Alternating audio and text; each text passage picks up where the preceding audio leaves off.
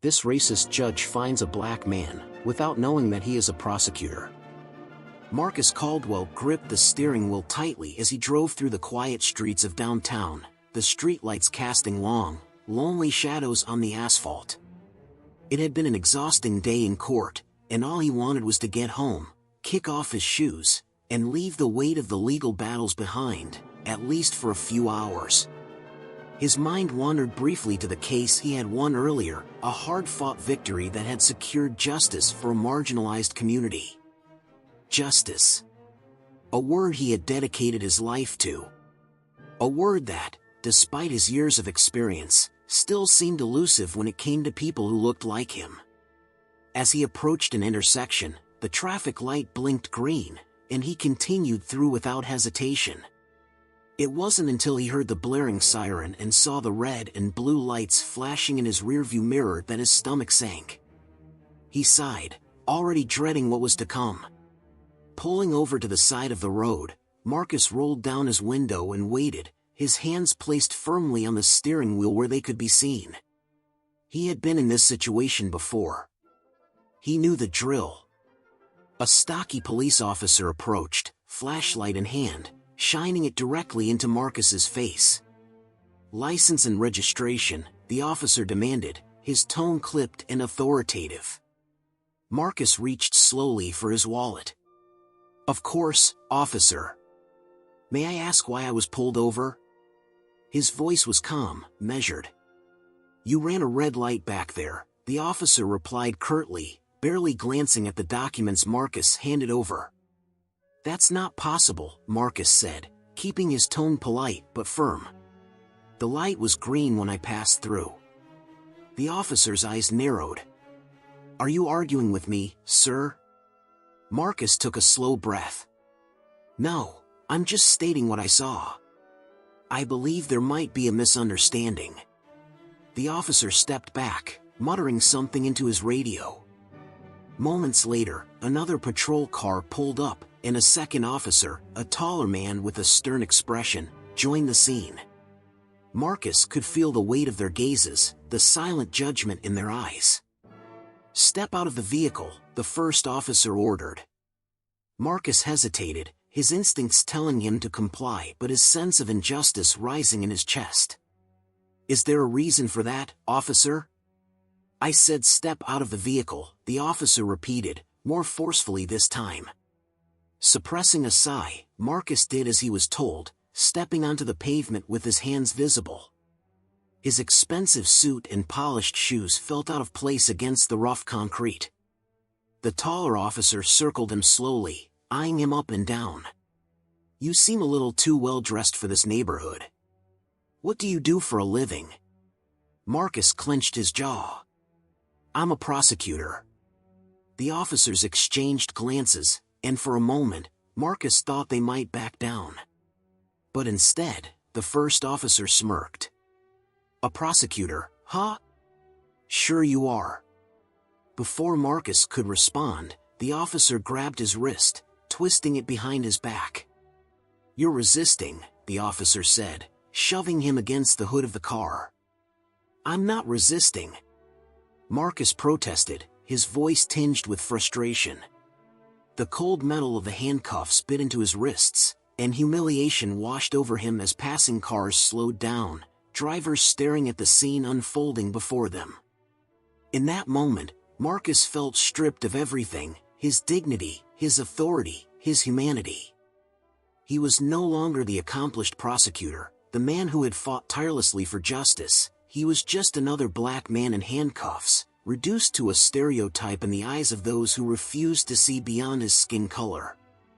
Hours later, sitting in a holding cell at the precinct, Marcus felt exhaustion settle deep into his bones. No one cared to listen as he explained his credentials. "A prosecutor, huh?" the officer at the desk had chuckled earlier.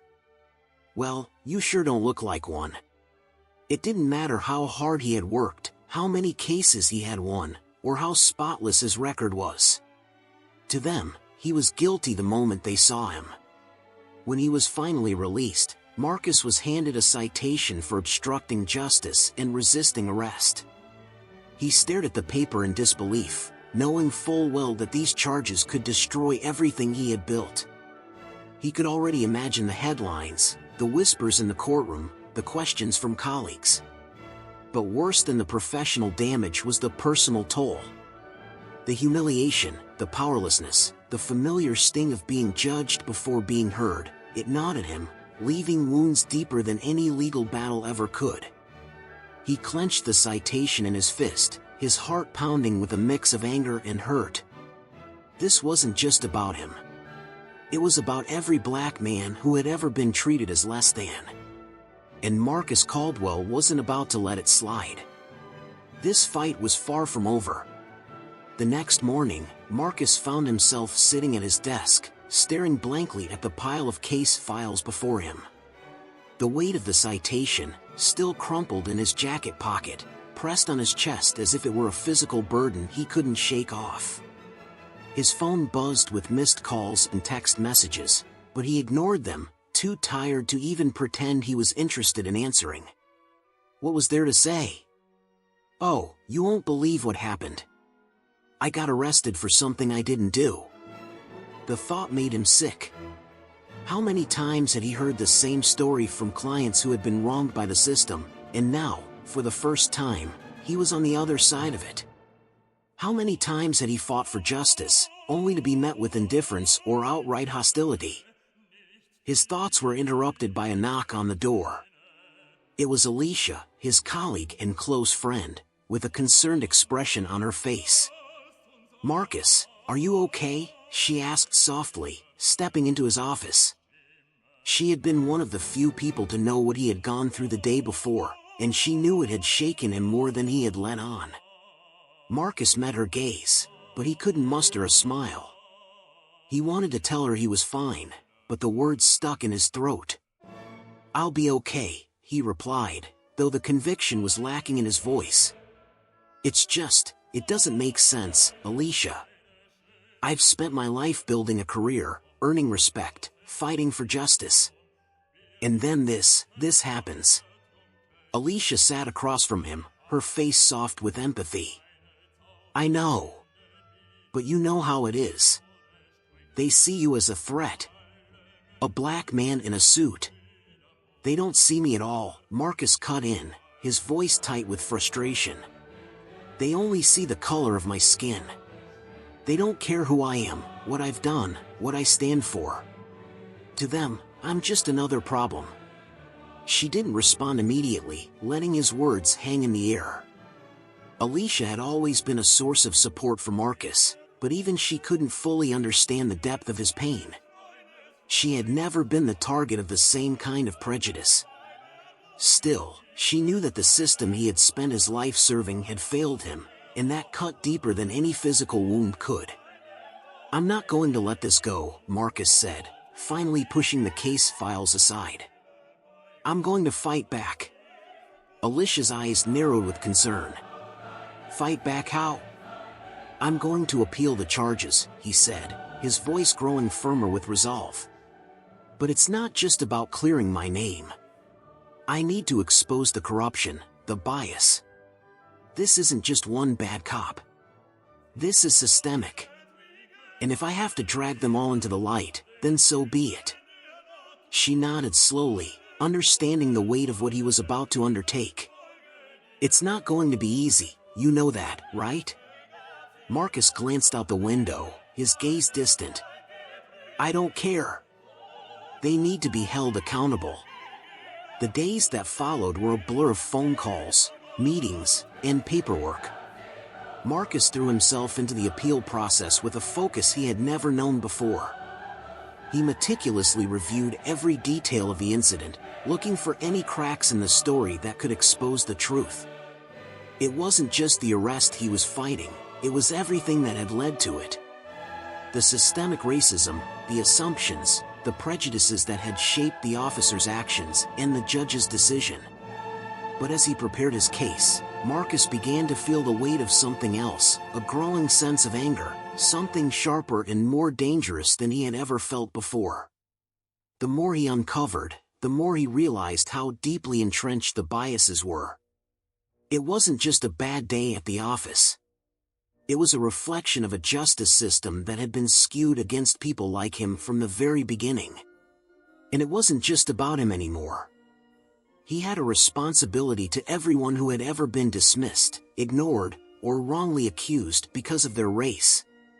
Marcus was no longer fighting for just his career or his reputation. He was fighting for justice on a scale much larger than himself. When the day of the appeal arrived, the courtroom felt different. There was a hum of tension in the air, a buzz of anticipation that Marcus could feel deep in his bones. Alicia was by his side, her presence a steadying force as they walked into the courtroom. The opposing side, including the prosecutor who had handled Marcus's case, stood at the front, their faces tight with anticipation. Marcus could almost taste their belief that this would be another easy win for them. But he wasn't the same man who had stood in front of them just days ago. The man who had been handcuffed, humiliated, and dismissed had been replaced by someone stronger, someone who knew the full depth of the battle ahead of him. This time, Marcus was ready. As he took the stand, the eyes of the courtroom focused on him, but he didn't feel their judgment. He felt only the surge of purpose that had been building inside him. With calm precision, he laid out the details of the arrest, the wrongful treatment he had received, and the actions that had led to the charges against him. He didn't just tell the story, he dissected it, pointing out the moments of bias, the prejudices that had been embedded in every part of the encounter. He brought up the dashcam footage, which had been conveniently ignored during the original trial. The video was clear, Marcus had not run the red light, and the officers had overreacted from the start. With each piece of evidence, he built a case not just for his own innocence, but for the larger issues within the system that had led to his unjust treatment. The judge, an older man with thinning hair and a stern face, watched in silence, but Marcus could see the discomfort in his eyes as the story unfolded. For the first time in that courtroom, the truth was undeniable. When it was over, Marcus sat back, his heart pounding. He had laid everything on the line, exposed the flaws in the system for everyone to see. He had done what he came here to do. The rest was out of his hands.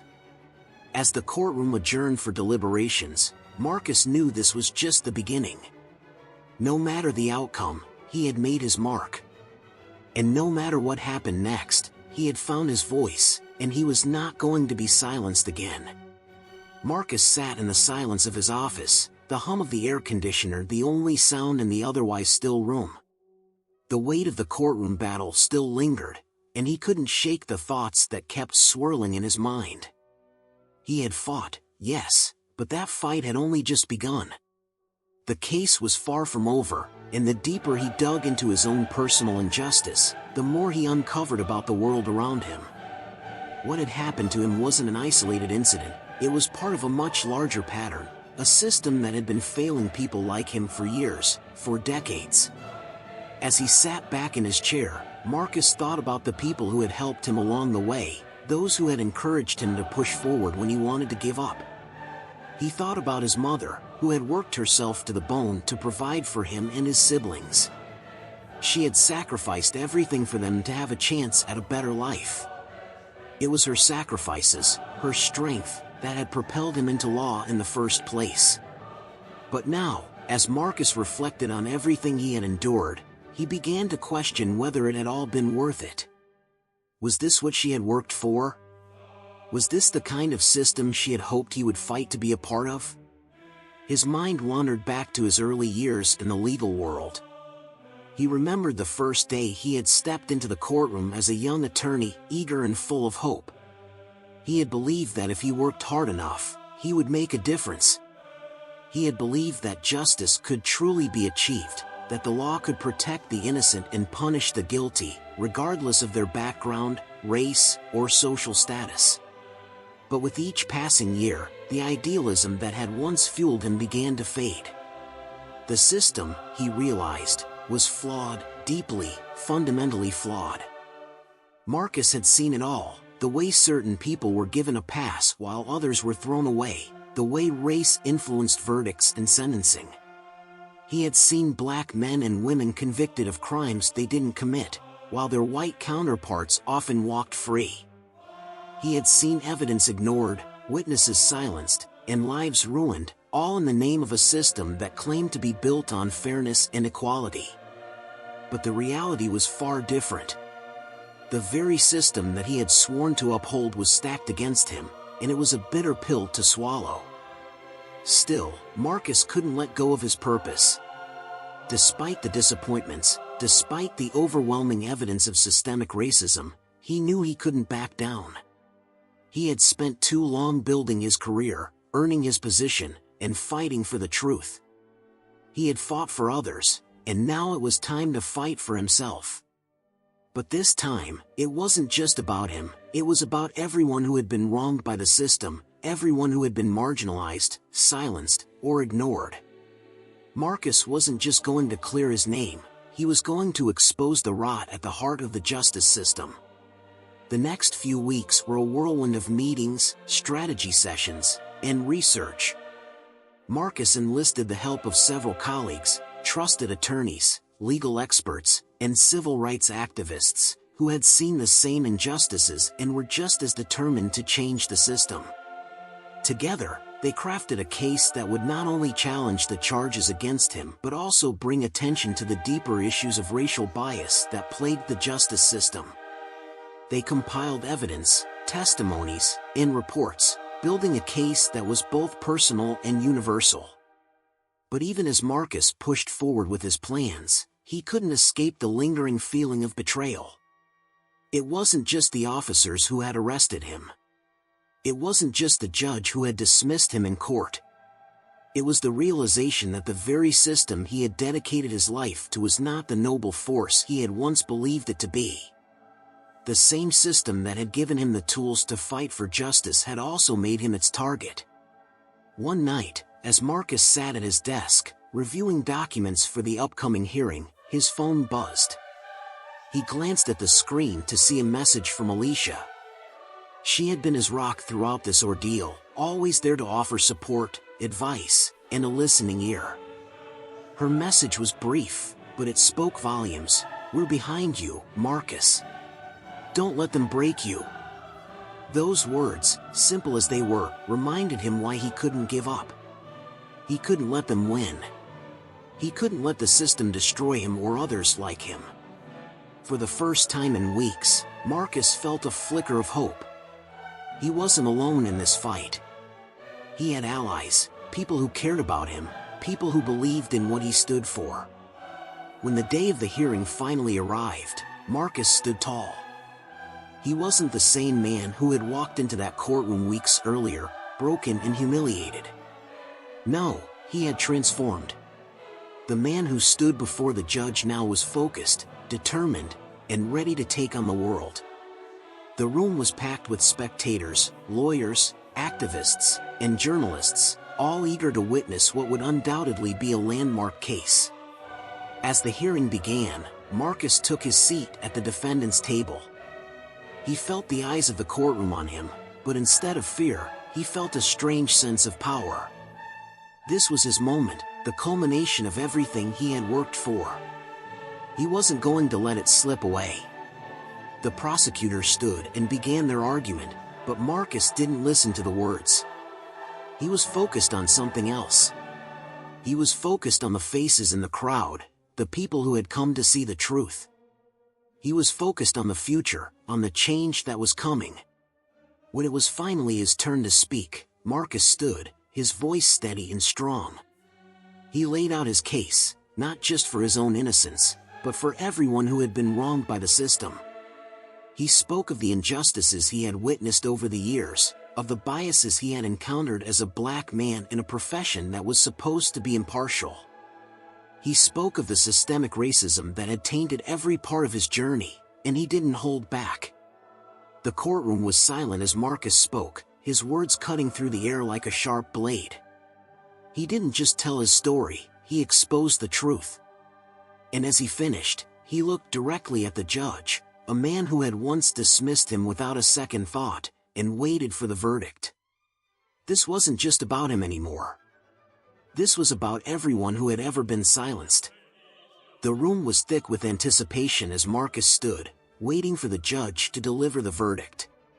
His heart pounded in his chest, each beat a reminder of everything he had fought for, the countless hours of preparation, the sleepless nights, the sacrifices, and the pain. His entire life had led up to this moment. He had fought the battle, laid bare the injustices, and exposed the flaws in the system. Now, it was out of his hands. The judge, a stoic figure behind the bench, cleared his throat. The murmur of the room fell to a hush as the judge scanned the papers before him. For a moment, Marcus felt like the world had stopped, as if time itself were holding its breath. This wasn't just a decision on his case, it was a statement.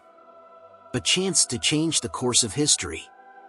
After what seemed like an eternity, the judge spoke.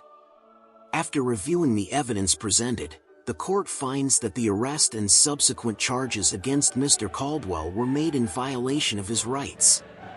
The officers involved will be held accountable for their actions, and the charges against Mr. Caldwell will be dismissed.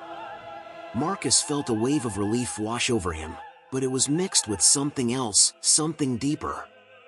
He had won. The charges against him had been dropped, but the fight was far from over. This victory, while significant, was just the beginning. The systemic racism that had led to his arrest was still there, still festering in the heart of the justice system. He knew he couldn't stop now, not when so many others were still suffering. But for the first time in weeks, Marcus allowed himself to breathe. Alicia's eyes met his across the courtroom, and she gave him a small nod of approval. Her unwavering support had been one of the things that kept him going when he wanted to give up.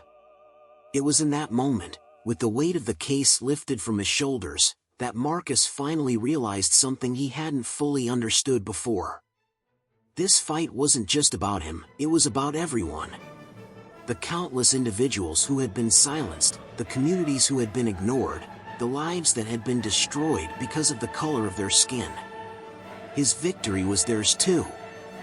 But as he left the courtroom that day, Marcus knew the battle was far from over. The system was still broken, and the work that needed to be done had only just begun. He had won the case, yes, but he hadn't won the war. Not yet. Days passed, and Marcus found himself grappling with the aftermath of the case. He had been thrust into the spotlight, his story making headlines, but even as the public outcry grew louder, he couldn't shake the feeling that something was missing. The recognition, the praise, it didn't feel as sweet as he had imagined. He had exposed the truth, but the truth had always been there. People knew it, they just didn't want to see it. The real change would come not from the media attention, but from the slow, grinding work of dismantling a system that had been built on inequality. One evening, as Marcus sat in his apartment, staring out at the city lights, he received an unexpected phone call. It was from a reporter, someone who had covered his case and written about the systemic issues he had exposed. The reporter's voice was cautious, but there was something urgent in it.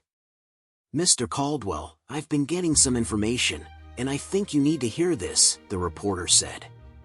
"It seems that the officers involved in your case weren't just acting on their own. There's a network, corruption at a higher level. They've been working together to target people like you." Marcus's pulse quickened as the reporter explained further. The corruption went deeper than he had thought. These officers weren't just acting on personal biases, they were part of a larger network of individuals within the justice system who had been using their power to manipulate cases and target certain communities. It wasn't just about race, it was about control. About keeping certain people in their place. The weight of the revelation hit Marcus hard. The victory in court, as important as it was, had only scratched the surface. The forces at play here were far more powerful, and they wouldn't go down without a fight. But Marcus didn't back down. He couldn't. He had already come too far. He thanked the reporter, hung up the phone, and sat in silence for a moment, trying to process everything. He had always known that the system was corrupt, but this was beyond what he had imagined. He couldn't do it alone. He needed help, and he needed a strategy. Over the next few weeks, Marcus went into overdrive. He contacted activists, legal experts, and people within his network who could help him dig deeper. They needed to expose this corruption, to take down the individuals who were behind it all. It wasn't going to be easy, and it wasn't going to be quick. But Marcus had never been afraid of a challenge. He had fought for justice before, and he would do it again. But as he prepared for the next phase of his fight, something began to shift inside him. The anger that had fueled him for so long started to turn into something else, something more powerful, more purposeful. He had been fighting for justice, yes, but he had also been fighting to prove his worth. To show the world that he was more than just a black man in a suit. To prove that he was deserving of respect, of recognition, of a place in this world. But now, as he stared at the evidence he had collected, as he thought about the future, Marcus realized that the real fight wasn't just about exposing the corruption in the system. It was about something deeper. It was about finding peace within himself. It was about no longer needing to prove his worth to anyone, about finally understanding that his value didn't come from what the world thought of him, but from what he knew to be true. As he worked tirelessly on the case, Marcus began to let go of the need for validation. He realized that he had already proven everything he needed to prove, not to anyone else, but to himself. And in that moment, he understood something important. Real justice wasn't about victory in the courts. It was about inner peace, about letting go of the bitterness and the anger, and about choosing to move forward, no matter how hard the path might be. The fight wasn't over, not by a long shot. But Marcus was no longer fighting out of spite or resentment. He was fighting because he knew he had to, not because he needed to prove anything. And that, more than anything, was what would lead him to the ultimate victory. The weight of everything Marcus had uncovered began to settle into him like a heavy cloak, but it didn't suffocate him. It fueled him. He had learned not only about the corrupt network working its insidious way through the justice system, but also about the deeper systems of inequality that kept feeding it. It was as if everything he had believed in, everything he had worked for, was being questioned at its very core. Yet, this time, instead of despair, Marcus felt a sense of clarity. He could see the path forward, even if it was fraught with danger. The first step in dismantling this network would require precision, patience, and allies who were as committed to exposing the truth as he was. Marcus called upon a select group of people, individuals he knew were brave enough to take on this fight alongside him.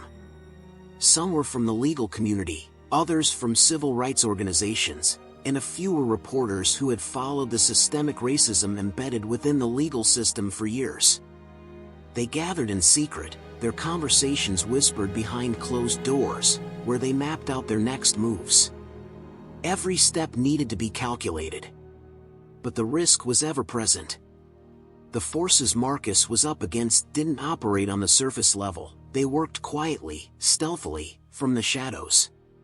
They would not tolerate being exposed, and Marcus knew that by uncovering their connections, he was digging into something far deeper and more dangerous than he had ever imagined. These weren't just rogue officers, this was a network of people in power, intertwined with politicians, judges, and businessmen, all benefiting from the injustice they perpetuated. As the weeks passed, the pressure mounted. Marcus had always been a fighter, but this felt different. The stakes had risen exponentially. Each piece of evidence they uncovered brought them closer to the heart of the corruption, but it also brought them closer to dangerous people who would stop at nothing to protect their interests. Marcus found himself constantly looking over his shoulder, always aware that those who wanted him silenced were watching his every move. It wasn't just the external threats that weighed heavily on him, it was the toll this battle was taking on his personal life. Alicia, who had been by his side since the beginning of this ordeal, was growing more distant, though not by choice. She had always been a rock for him, but even the strongest relationships could fracture under the strain of such a relentless fight. She had her own life, her own battles, and Marcus knew that by dragging her into this whirlwind, he was asking too much of her. There were moments when he felt that if he didn't keep moving forward, if he didn't finish this fight, he might lose everything: his career, his allies, and the people he cared about most. One evening, after another long day of sifting through documents, Marcus sat alone in his apartment, staring at the piles of evidence that lay scattered across his desk. The case had taken on a life of its own, and the more he uncovered, the more hopeless it seemed to finish it. There were days when he felt as though the weight of it all was too much to carry, when the enormity of the corruption seemed impossible to undo. But then, a realization struck him. He had been so focused on dismantling the network, so focused on exposing the truth, that he had neglected the most important part of this journey: himself. All this time, he had been fighting for justice, for the truth to be seen, for the lives of others to be changed, but in doing so, he had forgotten to care for the person who had been fighting all along. That night, for the first time in weeks, Marcus allowed himself to rest. He went to bed early, the weight of his thoughts heavy but not all-consuming. In his dreams, he saw himself standing in front of a courtroom, not as a defendant, but as a voice of change. It was a simple dream, but it brought him peace, a reminder that this fight, no matter how difficult, was bigger than any one person. He didn't need to carry the burden alone. He didn't need to prove anything to anyone but himself. The next morning, Marcus woke up with a new sense of determination. He wasn't going to let the fear of what might happen stop him. He had come too far. The fight for justice, for truth, for the lives of the countless individuals who had been wronged, it was worth everything. He knew now that he couldn't just expose the system. He had to change it. He had to make sure that when people looked back on this moment, they didn't just see the victory of a single case, but the beginning of a movement. The world wasn't going to change overnight, but it could change if people were willing to fight, to speak out, and to be heard. That was the only way. With newfound clarity, Marcus reached out to the people who had been helping him all along. It was time to move forward. They had a plan, and together, they would expose the corruption once and for all. But even as Marcus prepared for the next step in his fight, he couldn't ignore the nagging feeling in the back of his mind. He knew that those who had been working against him would not take kindly to his exposure. There were no more illusions about what they were capable of. These were people who had been operating with impunity for years, and now that their actions were being challenged, they would fight back in ways Marcus had yet to comprehend. Days turned into weeks, and the pressure continued to mount. Marcus and his team worked tirelessly, collecting evidence, connecting the dots, and preparing for the final push. But the closer they got to the truth, the more dangerous it became. The corrupt individuals they were targeting were watching, waiting, and soon, they would make their move. In the midst of all this, Marcus found solace in the people who believed in him, in those who fought beside him. He had learned something essential through this process: the strength of unity, of community. It wasn't just about his victory, it was about the collective power of those who were willing to stand up against injustice. And in that realization, Marcus found a peace he hadn't known before.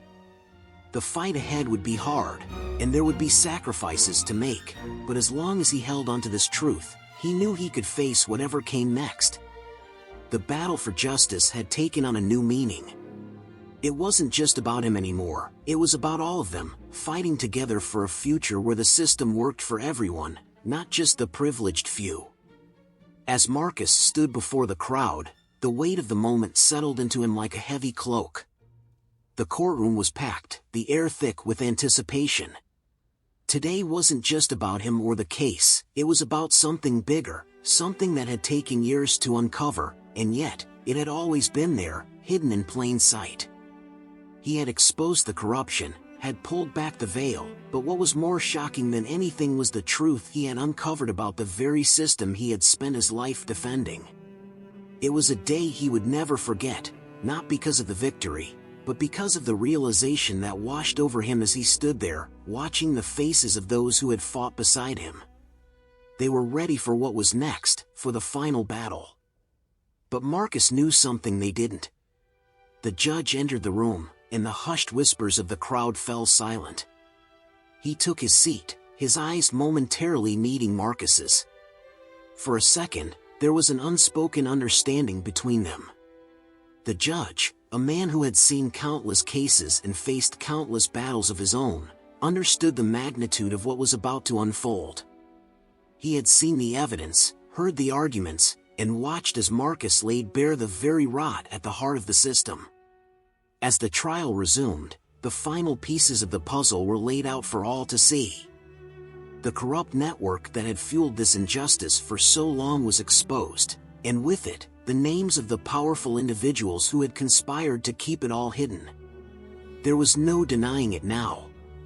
It was done. The truth had been revealed, and justice would finally be served.